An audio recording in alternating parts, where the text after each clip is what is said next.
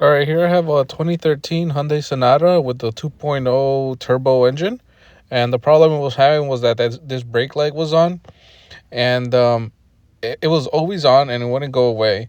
And it had fluid, brake fluid, and it was full. And the brake pedal, or the emergency brake pedal, was not on, basically. There was a code in one of the modules, this brake switch code, and even though when I erased it and it didn't come back, the brake light was still on.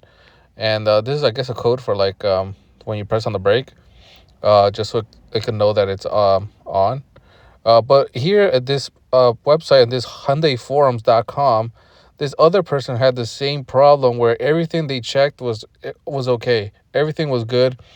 Kind of like I said, there's a couple things that they checked here that you have to check, that would make the light come on. And one of the things here that's important is you have to check the vacuum pump. On this car, it has a vacuum pump to provide vacuum when the engine can't provide vacuum because it's a turbo. So it's not always going to have a vacuum. And what they ended up finding was that the connector had like a broken wire. And you can go to their to that post um, to check it out, because it has a bunch of information. But here in my case, on the driver's side, underneath the splash panel, there was a bunch of broken wires um, to the vacuum pump. Now mine was a little more obvious, but yeah, this vacuum pump is needed for brake assist, basically, because like I said, this is a turbo engine, and when the pressure is high on the turbo, there's no vacuum in the intake, so it needs something to create vacuum, and that's what it does.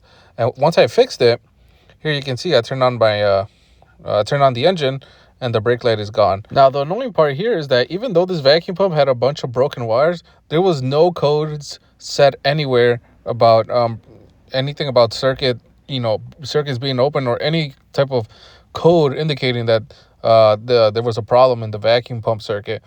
The only thing I did notice is in the fluid level sensor when I was testing it, on this pin here on the right one, or the blue wire, when your ignition is on, you should have battery voltage on this wire. Here I had 9.67. I don't know if that's correct.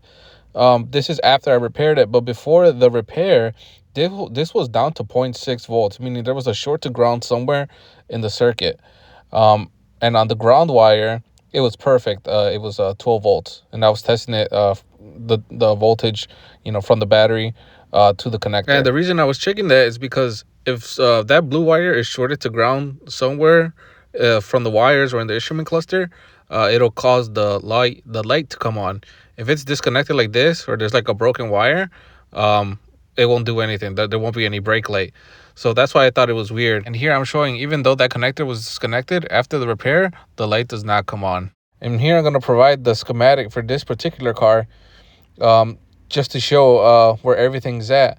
But in this schematic, it doesn't show, like I said, anything about the vacuum pump being anywhere in this circuit. So I don't know, maybe this is just wrong information on part of where I got the wiring schematic.